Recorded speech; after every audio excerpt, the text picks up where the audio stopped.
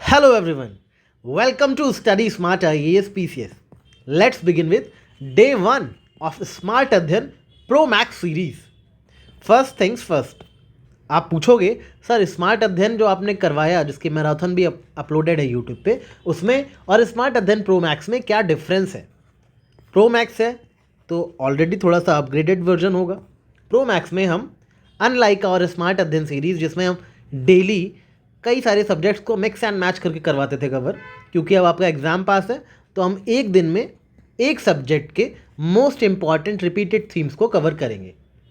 आपका एनवायरनमेंट आज हो जाएगा, फिर history, polity, economy, geography, science, इस तरह एक एक करके हर एक दिन हम सारे सब्जेक्ट्स के मोस्ट इंपॉर्टेंट फैक्ट्स जिनके एग्ज़ाम में पूछे जाने की प्रोबेबिलिटी सबसे ज़्यादा है वो हम कवर करेंगे और मल्टी डायमेंशनल तरीके से हर लेक्चर को एफिशिएंटली कम टाइम में फिनिश करने की कोशिश करेंगे। आपका प्रीलिम्स रुकना नहीं चाहिए, इसलिए कमेंट सेक्शन को पॉजिटिविटी से भर दो। कमेंट्स में लिखो प्रीलिम्स रुकेगा नहीं, अपन झुकेगा नहीं। ठीक है, ये चीज़ कमेंट सेक्शन में भर डालो। प्रीलिम्स रुकेगा नहीं, अपन झुकेगा नहीं। राइट, अब शुरू करते हैं आज का लेक्चर। सबसे पहले कुछ इंपॉर्टेंट ईयर्स देख लेते हैं। एनवायरनमेंट में यूपी पीसीएस में कई बार इन रिपोर्ट्स के बारे में पूछता है, इनके ईयर के बारे में पूछता है और कई बार इनको क्रोनोलॉजी से अरेंज करने में भी देता है। ठीक है, कई सारे एक्ट्स को क्रोनोलॉजी में अरेंज करने को दे देता है। तो एक बार हर इंपॉर्टेंट चीज़ का ईयर आपको एनवायरनमेंट में याद होना बहुत ज़रूरी है as far as your UP PCS prelims examination is concern. सबसे पहले बात करेंगे लिमिट्स टू ग्रोथ रिपोर्ट की, जो कि आई थी 1972 में। लिमिट्स टू ग्रोथ रिपोर्ट किसी ऑर्गेनाइजेशन ने, किसी कमीशन ने ये रिपोर्ट दी होगी। उस कमीशन का नाम क्या था? उस कमीशन का नाम था क्लब ऑफ रोम। ठीक है, जो बॉडी जिसने ये रिपोर्ट बनाई लिमिट्स टू ग्रोथ रिपोर्ट, वो 1972 में वो क्लब ऑफ रोम था। ठीक है, अच्छा, लिमिट्स टू ग्रोथ रिपोर्ट 1972 में आई। ऑब्वियसली नाम से पता चल रहा है किस बारे में होगी कि ग्रोथ पे कुछ लिमिट लगाओ। ठीक है, ये जो पॉपुलेशन बढ़ रही है आगे चल के ये अर्थ के नेचर से कॉन्फ्लिक्ट करेगी, तो इस पर लिमिट लगनी चाहिए। राइट, इसी के बाद 30 साल बाद एक और रिपोर्ट आई थी बियॉन्ड द ग्रोथ। तो याद रखना बियॉन्ड द ग्रोथ कब आई थी? लिमिट्स टू ग्रोथ के 30 साल बाद 1992 में। राइट, तो लिमिट्स टू ग्रोथ रिपोर्ट 1972 में आई and beyond the growth report अगर एग्जाम में पूछता है तो दैट केम इन 1992। ठीक है, ये भी जो ग्रोइंग ग्लोबल पॉपुलेशन है उसके कॉन्सिक्वेंसेस क्या क्या होंगे उसके बारे में थी। तो limits to growth report and beyond the growth report दोनों में कंफ्यूज मत होना एग्जाम में आ जाए तो। ठीक है, दोनों का ईयर 1972 मार के मत आ जाना। एक 1972 है और दूसरी 1992 है। आई होप आपको ये कॉन्सेप्ट क्लियर हो गया होगा। अब आगे बढ़ते हैं। फर्स्ट वर्ल्ड क्लाइमेट कॉन्फ्रेंस, पहली वर्ल्ड क्लाइमेट कॉन्फ्रेंस कब हुई? 1979 में हुई। कहाँ पे हुई? जेनेवा, स्विट्ज़रलैंड में हुई। जो भी मैं एक्स्ट्रा इन्फॉर्मेशन दे रहा हूँ उसको पीडीएफ में लिख लेना। ठीक है, फटाफट से एक बार देख के सब रिवाइज कर लेना। ये first world climate conference obviously climate के बारे में होगी, क्लाइमेट की प्रोटेक्शन के बारे में होगी। किसने ऑर्गेनाइज करवाई थी? वर्ल्ड मेट्रोलॉजिकल ऑर्गेनाइजेशन ने, WMA करवाई थी। ठीक है, इस कॉन्फ्रेंस में एक प्रोग्राम लॉन्च हुआ जिसका नाम था world climate programme.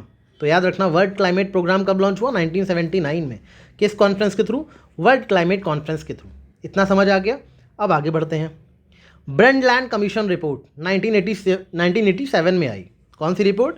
Brundtland commission report. तो ब्रंटलैंड कमीशन ने रिपोर्ट दी 1987 में, बट ये ब्रंटलैंड कमीशन एक्चुअली बना कब था?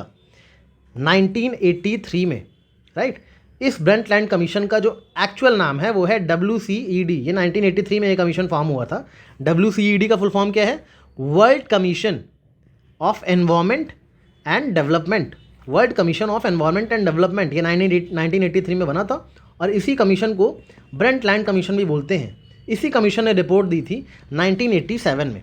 राइट, और ये रिपोर्ट थी किस बारे में? It was related to sustainable development. और इस रिपोर्ट का नाम बहुत फेमस था। ब्रंटलैंड कमीशन की जो रिपोर्ट थी, इस रिपोर्ट का नाम था आवर कॉमन फ्यूचर। राइट, तो आवर कॉमन फ्यूचर जो था वो ब्रंटलैंड कमीशन के रिपोर्ट का नाम था। तो याद रखना आवर कॉमन फ्यूचर आ जाए, ब्रंटलैंड कमीशन रिपोर्ट आ जाए, ये सब 1987 में। राइट, और पब्लिश किसने किया था? ब्रंटलैंड कमीशन ने किया था, जिसका असली नाम क्या था? WCED, world commission of environment and development.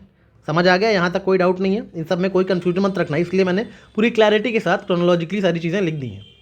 Montreal protocol sign हुआ था 1987 में। ओजोन डिप्लीटिंग सब्सटेंसेस के अगेंस्ट था ये प्रोटोकॉल, राइट। उनको रिड्यूस करना था ओजोन डिप्लीटिंग सब्सटेंसेस को, ओडीएस लिखा हुआ है यहाँ पे, मतलब ओजोन डिप्लीटिंग सब्सटेंसेस के लिए था ये प्रोटोकॉल।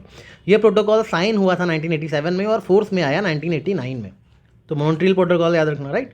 रियो अर्थ समिट कब हुई? 1992 में। याद रखना, रियो अर्थ समिट लिखा हो या फर्स्ट अर्थ समिट लिखा हो, ये सब 1992 का एक ही चीज़ है, राइट। क्योंकि रियो डी जेनेरियो में हुई थी, इसलिए इसको रियो भी बोलते हैं और फर्स्ट अर्थ समिट भी बोलते हैं, 1982 में, राइट। इसी रिपोर्ट के, इसी समिट के तहत एजेंडा 21 लॉन्च किया गया था 1992 में। एजेंडा 21 मतलब वही सस्टेनेबल डेवलपमेंट अचीव करना है हमें। इस एजेंडा 21 में जो इम्पोर्टेंट चीज़ है वो क्या है? 21 का मतलब क्या है?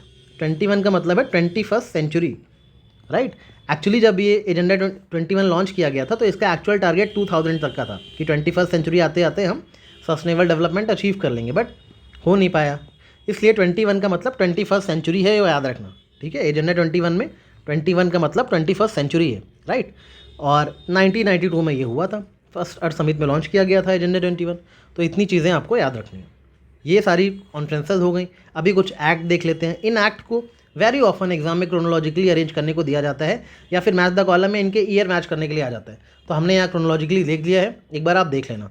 इंडियन फॉरेस्ट एक्ट कब आया? 1927 में आया। याद रखना, आज़ादी से पहले ही इंडियन फॉरेस्ट एक्ट आया था। और अगर पूछे फॉरेस्ट कंजर्वेशन एक्ट कब आया तो वो 1980 में आया था, राइट। तो इंडियन फॉरेस्ट एक्ट आए तो 1927, फॉरेस्ट कंजर्वेशन एक्ट आए तो 1980, राइट। वाइल्ड लाइफ की प्रोटेक्शन का एक्ट 1972 में आया, बहुत फेमस है, आपको पता होना चाहिए। Water prevention and pollution act कब आया? 1974 में आया। याद रखना कि वाटर पॉल्यूशन एक्ट जो है वो 1974 में आया था। वहीं एयर पॉल्यूशन एक्ट कब आया? 1981 में आया, राइट। तो ये जो वाटर प्रिवेंशन एंड पॉल्यूशन वाला एक्ट आया था 1974 में, इसी के तहत एक बॉडी बनाई गई थी जिसका नाम था CPCB, central pollution control board. पहले ही CPCB को सिर्फ वाटर पॉल्यूशन को कम करने की जिम्मेदारी दी गई थी। उसके बाद जब एयर पॉल्यूशन एक्ट आया तो CPCB को एयर पॉल्यूशन कंट्रोल करने की जिम्मेदारी भी दे दी गई, राइट। CPCB को इस्टेब्लिश वाटर पॉल्यूशन एक्ट के थ्रू किया गया, बट CPCB को पावर वाटर पॉल्यूशन और एयर पॉल्यूशन दोनों एक्ट के थ्रू मिलती है, ठीक है। तो याद रखना इतना सा पॉइंट। 1974 में वाटर पॉल्यूशन एक्ट आया और 1981 में एयर पॉल्यूशन एक्ट आया। वाटर सेस एक्ट कब आया? 1977 में। तो दोनों में कंफ्यूज मत होना। सेस मतलब जो इंडस्ट्रीज़ वगैरह ज़्यादा वाटर यूज़ करती हैं उन पे कुछ सेस और चार्जेस लगाए जाएंगे, इसलिए ये एक्ट लाया गया 1977 में। सारे एक्ट्स के ईयर अच्छे से याद कर लेना, ठीक है। फॉरेस्ट कंजर्वेशन एक्ट मैंने बता ही दिया 1980 में। उसके बाद एयर पॉल्यूशन एक्ट आया और 1986 में आया एनवायरमेंटल प्रोटेक्शन एक्ट, बहुत फेमस है। Wild life protection act, environmental protection act, ये सब तो बताने की ज़रूरत नहीं है ना, ये तो याद ही है। बायोडाइवर्सिटी एक्ट लास्टली 2002 में आया। तो इतने सारे एक्ट आपको याद रखने हैं, ठीक है। अब कुछ इंपॉर्टेंट प्रोजेक्ट्स देख लो। जैसे प्रोजेक्ट टाइगर कब लॉन्च किया गया? 1973 में, क्योंकि वाइल्ड लाइफ को प्रोटेक्ट करने की बात 1972 में की गई। उसके तुरंत बाद टाइगर को प्रोटेक्ट करने की बात की गई 1973 में। और प्रोजेक्ट हाथी यानी प्रोजेक्ट एलिफेंट कब लॉन्च किया गया? 1992 में, राइट। 1992 में प्रोजेक्ट एलिफेंट लॉन्च किया गया, राइट। अच्छा बताओ, प्रोजेक्ट डॉल्फिन कब लॉन्च किया गया? प्रोजेक्ट डॉल्फिन कब लॉन्च किया गया? अनाउंस किया गया था 2020 में और लॉन्च किया गया 2021 में। तो प्रोजेक्ट डॉल्फिन का भी याद रखना, ठीक है। कुछ इंपॉर्टेंट टर्म्स हैं और उन टर्म्स को किसने कॉइन किया, ये चीज़ें बहुत पूछी जाती हैं UPPCS के प्रीलिम्स एग्जाम में, ठीक है। तो इसको ज़रूर देख के जाना एक बार। ग्रीन डेवलपमेंट, ये तो खुद से ही सेल्फ एक्सप्लेनेटरी टर्म है। एक्चुअली ये टर्म एक बुक में दिया गया, उस बुक का नाम ही ग्रीन डेवलपमेंट था। तो क्वेश्चन आएगा ग्रीन डेवलपमेंट, ग्रीन ग्रोथ, ये कॉन्सेप्ट किसने दिया? WM एडम्स ने दिया। याद रखने का तरीका सिंपल है कि आदमी जो ग्रोथ कर रहा है उसको ग्रीन तरीके से करनी चाहिए, यानी सस्टेनेबल डेवलपमेंट करना चाहिए। आदमी को ही करना है सब कुछ, इंसान को। तो WM एडम्स ने बताया आदमी को जो ग्रोथ करनी है वो सिंपल तरीके से करनी चाहिए, ग्रीन तरीके से करनी चाहिए। इकोसिस्टम AG टैंसली ने दिया, ठीक है। इकोसिस्टम, इकोलॉजिकल नीश, इकोलॉजी, ये सब पता है ना डिफरेंस, सब कुछ स्मार्ट अध्ययन में समझा चुका हूँ। चलो एक बार हल्का हल्का और बता देता हूँ। देखो इकोसिस्टम क्या होता है, बहुत सिंपल सी चीज़ है। जितने भी हमारे लिविंग बींग्स हैं, जितने भी नॉन लिविंग बींग्स हैं, उन सब में जो इंट्रैक्शन हो रहा है ये सब कलेक्टिवली इकोसिस्टम कहलाता है। इससे ज़्यादा सिस्टमैटिक और सिंपल डेफिनेशन आपको मिलेगी नहीं। इकोसिस्टम मतलब living beings plus non living beings plus उनके बीच का इंट्रैक्शन, यही इकोसिस्टम है, ठीक है। इकोलॉजिकल नीश, जोसेफ ग्रिनल ने ये टर्म दिया। इकोसिस्टम AG टैंसले ने दिया। देखो इन सबका ना ऑप्शन तो आपके सामने रहेगा ही, अगर आएगा कि किसने दिया तो ऑप्शन में ही आपको पहचान लेना है। सिस्टम में T आ रहा है टैंसले में भी टी आ रहा है तो टी दोनों में रहेगा, राइट, और किसी में देखो टी नहीं आ रहा है। तो इस तरह से ऑप्शन देख के पहचान लेना। नीश में भी एन आई आ रहा है, ग्रिनल में भी एन आई आ रहा है, राइट, तो नीश का ग्रिनल देख के पहचान लेना, राइट। जोसेफ मत याद करना, जोसेफ दोनों में है, इकोलॉजिकल नीश में भी है और ग्रीन हाउस गैस में भी है, इसलिए इस चीज़ से पहचानना नीश में भी आई एन है और ग्रिनल में भी आई एन है, ठीक है। अच्छा, इकोलॉजिकल नीश होता क्या है? देखो, कोई भी ऑर्गेनिज्म है उसका अपना एक हैबिटेट होता है जो कि उसका एड्रेस होता है, और उसी ऑर्गेनिज्म का एक नीश भी होता है कि वो जहाँ रह रहा है, जो उसका एड्रेस है, जो उसका हैबिटेट है, उस हैबिटेट में वो ऑर्गेनिज्म क्या करता है, क्या खाता है, कैसे सर्वाइव करता है, कैसे इंटरेक्ट करता है बाकी ऑर्गेनिज्म के साथ, ये सारी चीज़ें जो भी जॉब परफॉर्म करता है अपने एड्रेस पे रह के, अपने हैबिटेट पे रह के, वही उसका नीश होता है। ये इकोलॉजिकल नीश का कॉन्सेप्ट ग्रिनल ने दिया था। कुछ और भी लोग इन्वॉल्व थे, बट ग्रिनल का मेन नाम पूछा जाता है, तो आई एन से नीश याद रखना, right. Green house gases Joseph Fourier ने दिया। ग्रीन हाउस गैस से आप लोग इस टॉपिक पे फ्यूरियस होते हो ना, गुस्सा आता है आपको देख के कि ग्रीन हाउस गैस इतना ज़्यादा एमिशन हो रहा है, तो क्योंकि ये बहुत ही फ्यूरियस मैटर है इसलिए फोरियर ने इस कॉन्सेप्ट को दिया था। इकोलॉजी अर्नस्ट हैकेल ने दिया था। इकोलॉजी मतलब यही जो हमारा इकोसिस्टम है उसकी स्टडी करना इकोलॉजी कहलाता है, राइट। जितने भी हमारे लिविंग बीइंग है, नॉन लिविंग बीइंग है, उनके इंट्रैक्शन की स्टडी करना इकोलॉजी कहलाता है, राइट। क्या रिलेशनशिप है हमारे ऑर्गेनिजम्स के बीच में और उनके सराउंडिंग्स के बीच में, जो भी ऑर्गेनिजम्स हैं जो उनकी सराउंडिंग है उनके बीच में क्या रिलेशन है, उसकी स्टडी करना इकोलॉजी कहलाता है। लॉजी है मतलब स्टडी, राइट। अब देखो, इकोलॉजी में भी यहाँ सी है और यहाँ पे भी सी है, राइट, तो इको हैक्कल, हैक्कल याद रहेगा ना, दोनों में सी आ रहा है, यहाँ बोलने में भी इको हैक्कल एक जैसा हो रहा है, राइट। तो ऐसे ऐसे देख के ऑप्शन देख के पहचान लेना। इकोसिस्टम में टी है, टैंसले में टी है, यहाँ पे एन आई है, यहाँ पे भी एन आई है, यहाँ पे सी है, यहाँ पे भी सी है, राइट, सी के है, इको हैक्कल, ऐसे करके याद रख लेना। बायोडाइवर्सिटी क्या होती है? बायोडाइवर्सिटी होती है कि variety of life on earth, कितने तरह की वैरायटी ऑफ लाइफ है अर्थ पे, ठीक है। वॉल्टर जी रोजन ने ये टर्म कॉइन किया था। अब वॉल्टर जी रोजन कैसे याद रखोगे? बायोडाइवर्सिटी मतलब लाइफ। क्या लाइफ बिना वाटर के पॉसिबल है? बिना वाटर के पॉसिबल नहीं है ना। और अगर कोई प्लांट को लाइफ जिंदा रखने रोज़ रोज़ उसको वाटर डालना पड़ेगा, तो रोज़ रोज़ वाटर डालना पड़ेगा, तभी बायोडाइवर्सिटी जिंदा रहेगी। इस तरह से याद रखना, ठीक है। वाटर रोज़ चाहिए अगर बायोडाइवर्सिटी को जिंदा रहना है, तो इसलिए वाटर रोजन ऐसे करके याद रख लेना। आई होप आपको ये सारे टर्म्स याद हो गए, किसने कॉइन किया ये भी याद रहेगा और इनकी मीनिंग क्या है ये भी याद हो गई। डीप इकोलॉजी क्या है? डीप इकोलॉजी एक टर्म है जिसको इंट्रोड्यूस किया था अर्न नैस ने। डीप इकोलॉजी एक तरह की फ़िलॉसफी है, एक ऐसी फ़िलॉसफी जो कि फोकस करती है इकोसेंट्रिसिज्म पे। जो हमारी इकोलॉजी है वो एंथ्रोसेंट्रिसिज्म पे फोकस करती है, बट डीप इकोलॉजी इकोसेंट्रिसिज्म पे फोकस करती है। मतलब क्या है इकोसेंट्रिसिज्म का? कि हम जो नेचर सेंटर्ड है, नेचर सेंटर्ड इकोलॉजी की बात करें, ठीक है। सिर्फ उस इकोलॉजी की बात ना करें जो ह्यूमन सेंटर्ड है, जो एंथ्रोसेंट्रिक है, ठीक है।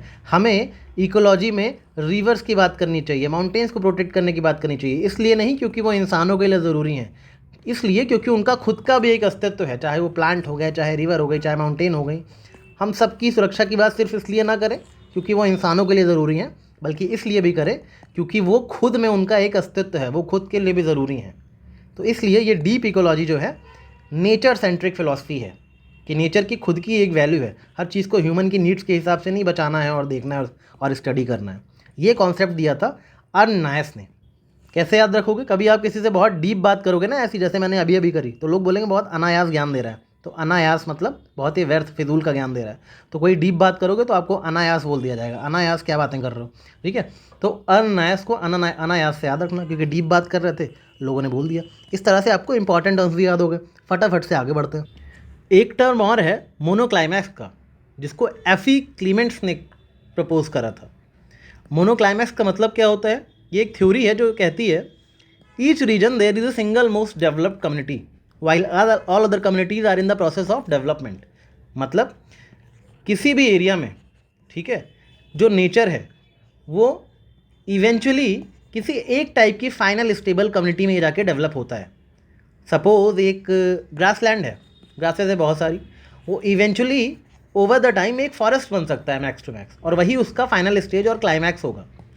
फाइनली एक ही क्लाइमैक्स होगा, वो है फॉरेस्ट, राइट। मोनो क्लाइमैक्स मतलब one final stable community in an area, ठीक है। एक फाइनल स्टेबल जो कम्युनिटी बनती है वही मोनो क्लाइमैक्स कहलाती है। और वो कम्युनिटी डिसाइड कैसे होती है?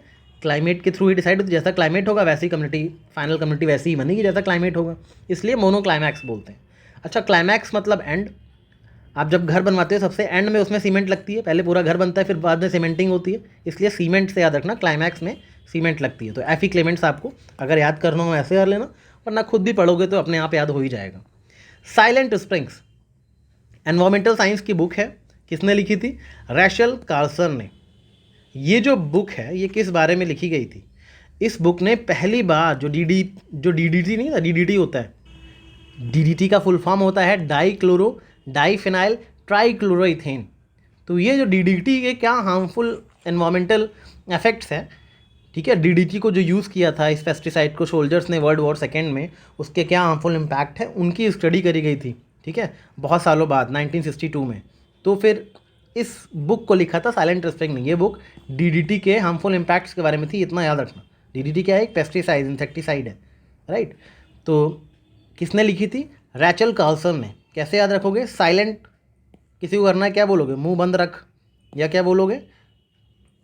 मुंह बंद कर, मुंह बंद रख या मुंह बंद कर। रख रैचल और कार्सन कर, ठीक है। मुंह साइलेंट रखना है तो मुंह बंद रख रख ऐसे बोलोगे, या मुंह बंद कर ले ऐसे बोलोगे, राइट। तो मुंह बंद रख या मुंह बंद कर, बात एक ही है, रैचल कार्सन। इस तरह से याद रखना साइलेंट स्प्रिंग का नाम, राइट। आगे बढ़ते हैं। ग्रीन वॉश क्या है? कोई भी ऑर्गेनाइजेशन अगर लोगों को मिसलीड करता है कि हमारा प्रोडक्ट बहुत ग्रीन है, ठीक है, हम सस्टेनेबल तरीके से बनाते हैं प्रोडक्ट को, मिसलीड करता है तो उसको ग्रीन वॉशिंग कहते हैं। जो प्रोडक्ट है वो एक्चुअली ग्रीन प्रोडक्ट नहीं है, एक्चुअली वो एनवायरनमेंट के लिए बेनिफिशियल नहीं है, फिर भी उसको प्रमोट इस तरह से किया जाता है कि हमारे बहुत सारे इकोलॉजिकल बेनिफिट्स हैं, तो उसको ग्रीन वॉशिंग कहते हैं, इतना याद रखना। एक national centre for marine biodiversity बनाया जा रहा है, बन गया है, कहाँ पे? गुजरात जामनगर में। किसने बनवाया है? सेंट्रल गवर्नमेंट ने in partnership with Reliance industries. इतना सा फैक्ट इसके बारे में याद रखना। नेक्स्ट कुछ वाटर कंजर्वेशन रिलेटेड बातें देख लेते हैं, क्योंकि वाटर कंजर्वेशन पता नहीं क्यों यूपी बीसीएस का बहुत फेवरेट है, क्वेश्चन आते ही रहते हैं। वर्ल्ड वाटर डे कब सेलिब्रेट किया जाता है? 22 मार्च को 1993 से सेलिब्रेट किया जा रहा है। सेंट्रल गंगा अथॉरिटी कब बनाई गई? 1985 में। उस टाइम प्रधानमंत्री थे राजीव गांधी। इसके एक्स ऑफिशियो चेयरमैन होते हैं prime minister central Ganga authority के। क्यों बनाई जाती है? ऑब्वियसली गंगा में जो पॉल्यूशन वगैरह है उसको कम करने के लिए, right. National Ganga river basin authority कब बनाई गई? 2009 में। याद रखना कि national Ganga river basin authority 2009 में बनाई गई under the environmental protection act of 1986। ये फैक्ट इंपॉर्टेंट है कि national Ganga river basin authority किस एक्ट के तहत बनाई गई? तो एनवायरमेंटल प्रोटेक्शन एक्ट ऑफ 1986 के तहत बनाई गई। इसके भी चेयरमैन प्राइम मिनिस्टर होते हैं, ठीक है, national Ganga river basin authority के। ये कंजर्वेशन ऑफ रिवर गंगा के लिए बनाई गई है। इसके जो मेंबर्स होते हैं वो सभी गंगा बेसिन स्टेट्स के चीफ मिनिस्टर्स इसके मेंबर होते हैं। अब मुझे एक बात बताओ कि गंगा को नेशनल रिवर का दर्जा कौन से ईयर में दिया गया था? 2008 में दिया गया था, याद रखना, ठीक है, इस चीज़ को। Next is Namami Gange programme. ये नमामि गंगे प्रोग्राम 2014-15 के बजट में अनाउंस किया गया था। इसके बहुत सारे प्रोविजंस हैं, Nirmal Dhara, sewage management in rural and urban areas, industrial waste का मैनेजमेंट, बहुत सारे पिलर्स हैं इसके, शायद 8 पिलर्स हैं टोटल। एक बार गूगल कर लेना, इंपॉर्टेंट प्रोग्राम है Namami Gange program. Ganga river dolphin की प्रोटेक्शन के लिए Ganga river dolphin conservation program चलाया गया 1997 में वर्ल्ड वाइड फंड के थ्रू। वर्ल्ड वाइड फंड की इंडिया के जो ब्रांच है उसने लॉन्च करा था ये प्रोग्राम, गंगा रिवर डॉल्फिन वाला। डॉल्फिन को नेशनल एक्वेटिक एनिमल डिक्लेयर किया गया 2009 में, ठीक है। और प्रोजेक्ट डॉल्फिन अनाउंस किया गया 2020 में by ministry of environment and forest, ठीक है। 2020 में अनाउंस किया गया, 2021 में लॉन्च किया गया। तो ये बातें याद रखना डॉल्फिन के बारे में। याद रखना डॉल्फिन को नेशनल एक्वेटिक एनिमल डिक्लेयर किया गया 2009 में, और गंगा को नेशनल रिवर डिक्लेयर किया गया था 2008 में। दोनों में कंफ्यूज मत होना। यमुना एक्शन प्लान कब लॉन्च हुआ था? 1993 में। यमुना एक्शन प्लान की फंडिंग जापान से आती है। जीका एक बॉडी है ना, जापान इंडस्ट्रियल कोऑपरेशन एसोसिएशन, उससे आती है। जापान इंटरनेशनल कोऑपरेशन एजेंसी है ये। तो 1993 में प्रोग्राम लॉन्च किया गया। जापानीज़ फंडिंग से जापानीज़ टेक्नोलॉजी का यूज़ होता है इन सब चीज़ों में, ठीक है। इसमें बहुत सी बॉडी इन्वॉल्व है, मिनिस्ट्री ऑफ जल शक्ति, मिनिस्ट्री ऑफ एनवायरनमेंट तो ही है, दिल्ली जल बोर्ड इन्वॉल्व है, क्योंकि दिल्ली, हरियाणा, यूपी ये सब मिलके करेंगे ना यमुना में सफाई करनी होगी। तो ये सारी चीज़ें इसमें याद रखना। Ganga action plan ministry of environment का इनिशिएटिव है, 1985 में लॉन्च किया गया था। ये इंडिया का पहला मेजर रिवर क्लीनिंग इनिशिएटिव था, ये बात याद रखना, ऐसे क्वेश्चन आएगा। Which among the following is the first major initiative of river cleaning in India? तो 1985 का गंगा एक्शन प्लान ये यमुना एक्शन प्लान से भी पहले आया था, मिनिस्ट्री ऑफ एनवायरनमेंट का था। इसका जो पहले फेज़ का ऑब्जेक्टिव था वो तो गंगा के पानी को क्लीन करना था। सेकेंड फेज़ में 1993 में इसका सेकेंड फेज़ लॉन्च हुआ। जब यमुना एक्शन प्लान लॉन्च हुआ ना, उसी टाइम पे गंगा एक्शन प्लान का सेकेंड फेज़ भी लॉन्च हुआ। इसमें जो गंगा के ट्रिब्यूटरीज हैं जैसे यमुना, गोमती, महानंदा, दामोदर, इन सबको भी क्लीन करने की बात की गई। मेजर ट्रिब्यूटरीज जितनी भी गंगा की हैं सबको क्लीन किया जाएगा। तो इतनी सी बात गंगा एक्शन प्लान के बारे में याद रखना। 1985 में फर्स्ट फेज़ लॉन्च हुआ और 1993 में सेकेंड फेज़ लॉन्च हुआ। कुछ इंपॉर्टेंट एनवायरमेंट रिलेटेड अवार्ड्स देख लो क्योंकि इनसे भी क्वेश्चन आते हैं। इंदिरा गांधी एनवायरमेंट अवार्ड तो सिंपल है, इंडिविजुअल्स और ऑर्गेनाइजेशन को दिया जाता है। कौन देता है? मिनिस्ट्री ऑफ एनवायरमेंट देती है। तो इंदिरा गांधी एनवायरमेंट अवार्ड तो सिंपल है क्योंकि ये गवर्नमेंट दे रही है, मिनिस्ट्री ऑफ एनवायरमेंट दे रही है, राइट। टाइलर प्राइज़ क्या होता है? टाइलर प्राइज़ को नोबेल प्राइज़ फॉर एनवायरमेंट बोला जाता है। ये एक इंटरनेशनल अवार्ड है जो कि एनवायरमेंटल अचीवमेंट के लिए दिया जाता है, इसीलिए इसको नोबेल प्राइज़ फॉर एनवायरमेंट बोलते हैं। तो क्वेश्चन आएगा इसमें से कौन से एनवायरमेंट अवार्ड को नोबेल प्राइज़ फॉर एनवायरमेंट बोला जाता है? तो इंदिरा गांधी मत करके आ जाना, टाइलर प्राइज़ को बोलते हैं, राइट। टाइलर प्राइज़ क्या रिसेंटली किसी इंडियन को मिला था? 2020 में पवन सुखदेव को मिला था टाइलर प्राइज़, राइट। तो ये फैक्ट याद रखना। एक तो क्यों मिला था? उनका वर्क था ग्रीन इकोनॉमी के लिए, उस पर मिला था। अभी रिसेंटली 2024 में ये अवार्ड किसको मिला है? जॉन रॉकस्ट्रॉम को मिला है। जॉन रॉकस्ट्रॉम का नाम लिख लो, जॉन रॉकस्ट्रॉम, ठीक है। देखो सही स्पेलिंग क्या है, जॉन रॉकस्ट्रॉम, इनका नाम नोट कर लो। इनको 2024 में अवार्ड मिला है। क्यों मिला है? इन्होंने प्लानिटरी बाउंड्रीज़ के ऊपर कुछ काम किया है, राइट। इतना सा याद रखोगे काफ़ी है। अच्छा, 2025 का भी आ गया है टाइलर प्राइज़। वो किसको दिया गया है 2025 वाला? सैंड्रा डियाज, ठीक है। सैंड्रा डियाज अर्जेंटीना की हैं, इनको दिया गया है। अर्जेंटीना की इकोलॉजिस्ट हैं, स्पेलिंग गूगल कर लेना, ठीक है, एक बार। और अमेरिकन एंथ्रोपोलॉजिस्ट हैं एडुआर्डो ब्रोंडिजियो। तो एडुआर्डो को मिला है टाइलर प्राइज़ और सैंड्रा को मिला है, ठीक है। तो सैंड्रा एंड एडुआर्डो, इस बार क्वेश्चन आएगा तो 2025 वाला ही आएगा। तो सैंड्रा और एडुआर्डो को मिला है टाइलर प्राइज़ ऑफ 2025। तो ये भी याद रखना, सैंड्रा डियाज और एडुआर्डो बोर्निंडिजियो, एक अमेरिका से हैं, एक अर्जेंटीना से हैं, ठीक है। ये ब्राज़ीलियन अमेरिकन है एडुआर्डो जो हैं, राइट। तो इन दोनों के नाम याद रखना अगर क्वेश्चन आ गया टाइलर प्राइज़ से 2025 में किसको मिला, क्योंकि नोबेल प्राइज़ है एनवायरमेंट का, राइट। तो ये थोड़ा सा याद रखना।